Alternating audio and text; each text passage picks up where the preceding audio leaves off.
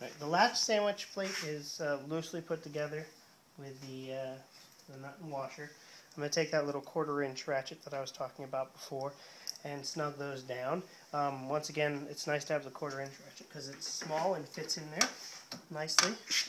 And once again, just like with all the other things in this process, it doesn't have to go very tight. And what I do is I actually watch the outside, and you can see the gasket crush and just get nice and snug.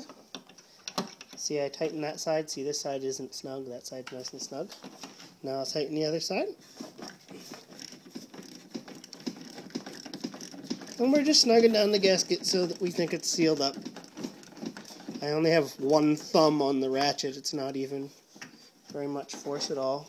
Obviously you don't want them so loose that they're going to just rattle off there, but they are the star washer style lock nuts. So once there's some tension on, they stay in place.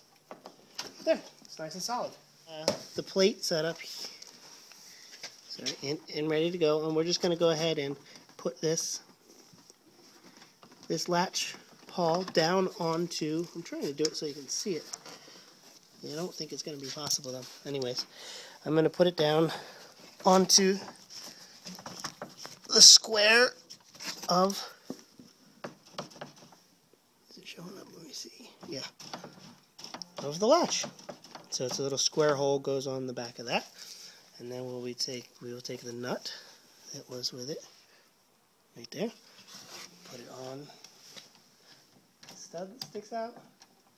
The way that I have this set up, this is the extent of what you have to do down in this tight space, just those 3 nuts basically. And we'll take, we got to switch to 10mm. Alright, and we will just give that a little snug. And I'll need to hold the knob still on the outside. And once again, just a little bit. It's 1 finger's amount of force. And there. So that is all together now.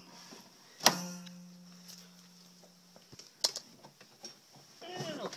So what I've done here is I actually just ran this cable through here kind of as a visual aid.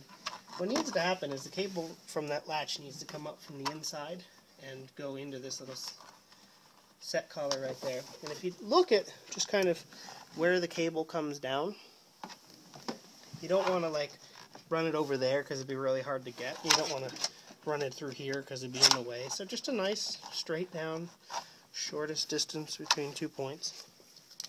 And you want it relatively close to the frame. Basically, if you're looking at it, you come a little bit this side of this nut right here, and kind of towards where the back of this seat latch is, which is hidden by the plastic in this case. Some people will have removed the plastic.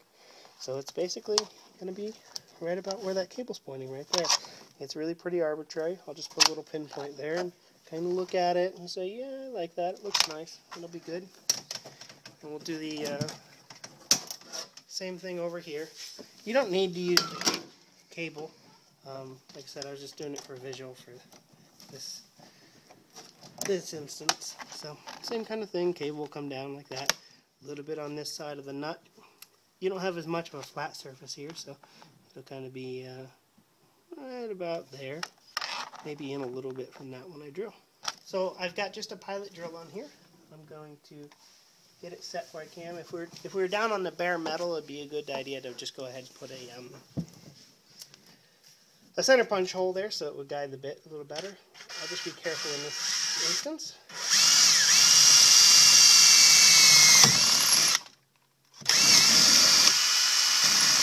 There we go, through there. We've got the pilot hole through there, and what I like to do is actually use a step drill for anytime I'm going through sheet metal to make the hole larger. In this case, because we've got a little rubber grommet that's actually going to go in the hole and isolate the cable. The grommets that are with us require a 3/8 inch through hole.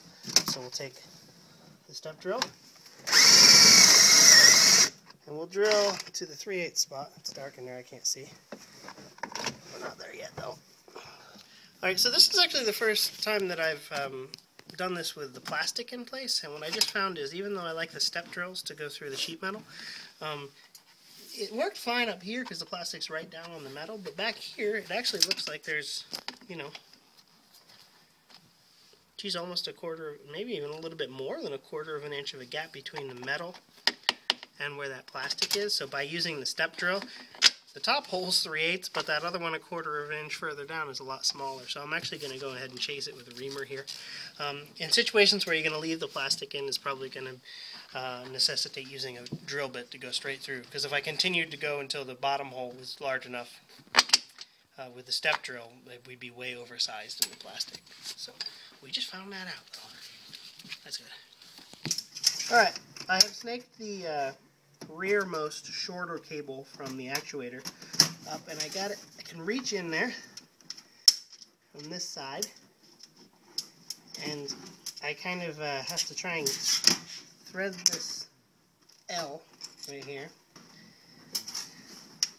into that hole. Hey, that was a lucky shot that I made. So we've got the hole right sized through both the plastic and the metal now.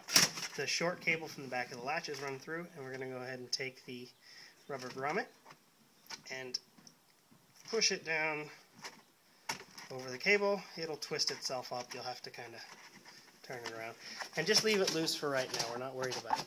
Once you get that on the cable, put the L through the set screw, snake this up through the set screw, flip the clip out of the way, push the L in there, it'll be a snug fit, and then twist this clip down. This, need a little bit of tough finger for it. It'll snap into place like that. So that's loose for right now. What we'll do is we'll just make sure the latch is latched, and we'll take our, what size is this anyways? You know, I think it's an 1/8. I'll check later with the tool list. And we'll just get to see how it floats. That's actually kind of our cable tension adjustment, which we'll play with in a little bit. Right now, what I'll do is I'll go to the shortest end of that cable adjustment and push a little bit. See how the cable starts to flex? Just a touch here. See, it's loose and then it kind of gets tight. So I'm actually pushing up on this a little bit with the cable and just give it a real gentle snug. We're not locking it into place yet because we're going to have to adjust that to tune the latches. Now we're going to do the same thing on the other side with the longer cable. There's plenty of cable for you to run it and snake it through however you want. This front one is really difficult. We're actually probably going to turn off the camera because it can take a few minutes to kind of reach in there, get that L to catch in the right spot, and snake up through the hole. So, oh, never mind. So we'll just leave the camera rolling, I guess. That doesn't usually work that way. You're probably going to spend 10 minutes doing that. I'm just straightening out the cable now, kind of so I can get it laying down in there nicely. Now I do the same thing. I'll go get the rubber grommet. I left it over there, put it on the cable, put it into the latch. You got both cables in place, and I've put the plastic clips on the L ends.